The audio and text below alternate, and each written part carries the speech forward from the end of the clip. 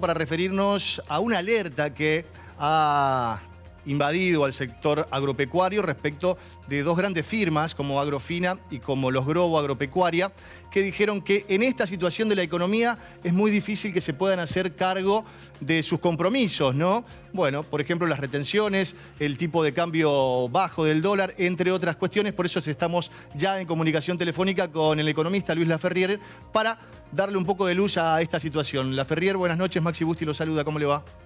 Buenas noches, Maxi. ¿Qué tal? ¿Cómo está? Bien, esta noticia que, bueno, surgió en las últimas horas y que tiene que ver con la situación del agro. ¿En qué se basa justamente este reclamo de, entre otros, Los Grobo y Agrofina, respecto del tipo de cambio, por ejemplo, o de qué manera puede impactar esta situación en el sector agropecuario? Mira, dos o tres aclaraciones previas que yo creo que son importantes, ¿no es cierto? Cuando se habla del agro en Argentina, se comete una simplificación extrema. Yo creo que es un error, porque no hay un solo agro, un solo campo. Hay que ver que, primero, que hay distintos tipos de producción. Está la producción de alimentos que llega a la mesa, fundamentalmente alimentos de cercanía, alimentos frescos, y está la producción de transgénicos para exportación.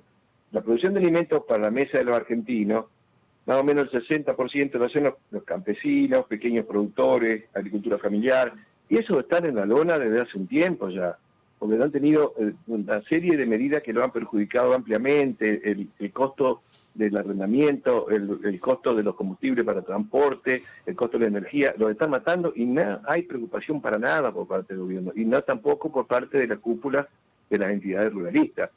Y este sector es el sector que yo creo que al revés es el que más tiene que promoverse, no solamente como están haciendo ahora, que lo están lastimando mucho, sino que tienen que promoverlo porque depende de la alimentación sana de los argentinos. Y después está el otro sector, sí, que es el que tiene mucho más poder, más prensa, que es el sector de la producción de transgénicos, ¿no? De soja, trigo, ahora maíz también. Los Grobo sería Grobo Copatel, que es el Claro, digamos, ellos son sojista más grande, el sojero más grande. De llamado modelo de los agronegocios, que es un negocio para producción, para exportación, fundamentalmente, ¿no? Entonces, yo pienso, no es lo mismo la producción familiar, la producción campesina, la de pequeños productores, de alimentos para los argentinos, para el mercado interno, que la producción de los productos, los transgénicos para exportación. Ahora, dentro de ese campo, que es el sector que tiene más poder, el modelo que más se ha expandido en la Argentina, tampoco es lo mismo los grandes productores, porque con los pequeños y medianos, porque los grandes productores tienen una ventaja enorme de costos, que son mucho más bajos y tienen una rentabilidad mucho más elevada. Por lo tanto, no se puede hablar así de manera genérica. Yo siempre aprovecho, ¿no es cierto?, para hacer esta aclaración, porque no es el campo. Ahora, lo que sucede es que en el sector de los pequeños productores, ya sea para los productos transgénicos, ¿no es cierto?, esos son los que están más perjudicados. Pero lo que pasa es que la retención a la exportación es que un impuesto que en realidad lo pagan los productores, no lo pagan las grandes corporaciones exportadoras, que son un puñado de corporaciones que manejan el negocio de exportación, los que se quedan con el grueso de la torta. En realidad ellos no lo pagan, lo trasladan al productor. Pero no es lo mismo a un productor que tiene una rentabilidad baja, cobrarlo un 35%, que a grandes productores. Entonces ahí está otra gran diferencia, y eso no lo dice ninguna de las organizaciones, de las cúpulas de las organizaciones rurales. ¿Por qué? Porque en realidad la baja de las retenciones diferenciales tiene que ser para beneficiar y promover a los pequeños productores, no a los grandes.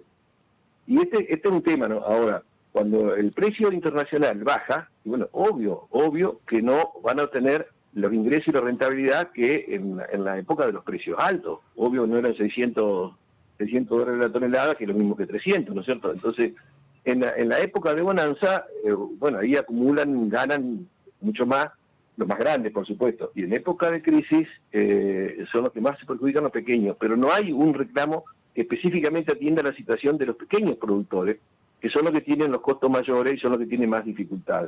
Esto es un poco una aclaración, ¿no? Lo otro es que además hay un actor mucho más poderoso que los grandes productores agropecuarios en la Argentina, que es el capital financiero. ¿Y qué consiste esto? Y que las retenciones las cobra el Estado, es un impuesto que cobra el Estado, porque permite recaudar recursos, dinero y dólares, para poder, porque el Estado mantiene esas retenciones altas, a pesar de haber tenido el apoyo de las entidades ruralistas y de los grandes productores. Porque el Estado en realidad representa más que nada hoy el gobierno al capital financiero, al capital usurero internacional.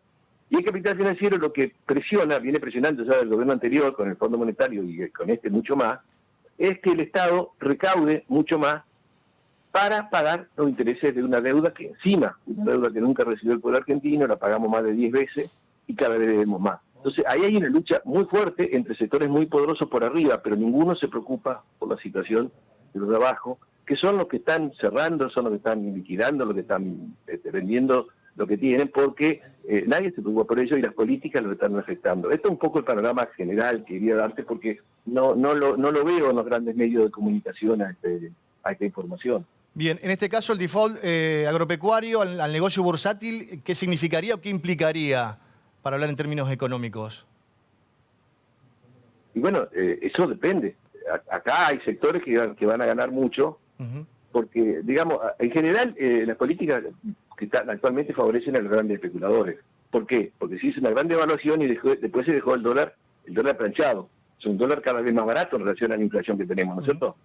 Es un dólar que ha quedado barato. ¿Por qué? Bueno, porque estamos recibiendo dólares que están entrando por distintas circunstancias, fundamentalmente, bueno, por las buenas exportaciones y por el blanqueo de capitales, pero en realidad esos dólares no quedan para los argentinos. El Banco Central tiene reservas negativas por casi 10.000 millones de dólares, porque son para el saqueo. Esos dólares son para el saqueo. ¿Quién los saquea? Dicen los grandes especuladores. Hoy por hoy, y no sé por cuánto tiempo, porque eso son definiciones políticas y del sector económico muy poderoso, por cuánto tiempo va a quedar el dólar barato, pero es insostenible en el mediano plazo. ¿Por qué? Y porque nosotros tenemos que pagar mucho más deuda y tenemos una fuga de capitales muy grande. Entonces, en este momento el dólar barato va a beneficiar a aquellos que quieren comprar barato para capitalizar las ganancias y llevársela afuera. Y va a explotar en algún momento, ¿no? Pero el dólar barato obviamente que perjudica la producción argentina y beneficia la importación de cualquier cosa. Y esto también ha usado el gobierno para abrir las importaciones de producciones de alimentos, digamos, que lo hacen los pequeños productores, como la cebolla, como el tomate, para contener la inflación, pero es un espejismo. Es un espejismo porque cuando no tengamos más dólares, esto va a pasar sí o sí, el dólar va a subir muchísimo y eso se va a revertir, pero nosotros vamos a haber llevado a tierra a miles de pequeños productores. Este es el problema grave que, desde mi perspectiva, desde mi mirada, es lo que no analizan los grandes medios y mucho menos las cúpulas de la entidad ruralista. Laferriere, agradeciendo su tiempo y obviamente queríamos consultarlo sobre esto, pero hoy pasó algo singular y tiene que ver con la prórroga nuevamente del presupuesto del gobierno nacional y usted señala la situación por allí del pago de intereses con esos dólares, la discrecionalidad que tendrá el presidente de aquí en adelante, el año próximo. ¿Usted cómo lo analiza respecto de esta situación? Y esto que es inédito en este país, que es justamente que se prorrogue por 2 veces el presupuesto, en este caso del año 2023. Sí, uno puede analizar un montón de medidas que son inéditas, como el famoso DNU que se aprobó, inédito, inconstitucional, y bueno, y todo, pero obedecen a algo que yo vengo señalando desde el comienzo del gobierno. Lamentablemente no me equivoqué, me hubiera gustado equivocarme, que es lo que se llama el plan Masacre. Es un plan para la Argentina, dejarla para sacar todo lo que se pueda del saqueo de recursos de los bienes comunes que tenemos, fundamentalmente del sector agropecuario y del sector mineral y petrolífero, y fundamentalmente también sacar recursos financieros. Entonces el Estado está al servicio de eso. Entonces hay impuestos que ni los va a tocar porque beneficia a los grandes, que baja los impuestos, como en la ley, como en el proyecto RIGI, y hay impuestos que lo va a seguir pagando siempre el que menos tiene y menos gana, ¿no es cierto?, como el IVA. En la Argentina los que más pagan impuestos proporcionalmente son los que menos tienen y menos ganan, y los grandes, los ricos, los que más deberían pagar impuestos, están eludiendo o están salvándose de pagar impuestos por un valor de alrededor de 100.000 millones de dólares por año. Que eso no sucede en los países serios, como le gusta decir al presidente, ¿no es cierto? Acá, este es el problema central, que el Estado no tiene recursos. ¿Por qué? Porque los ricos que ganan más no pagan y está muy concentrada la economía, entonces recaen los impuestos sobre los pobres. Pero en este caso hay una disputa por la renta agropecuaria entre el sector de los grandes productores y el capital financiero. Y en este caso el gobierno responde obviamente más al capital financiero, a pesar de que trata de beneficiar a los dos sectores. Luis Laferriere, muchísimas gracias por su tiempo con el 11, muy amable. Gracias. El economista Luis Laferriere con nosotros.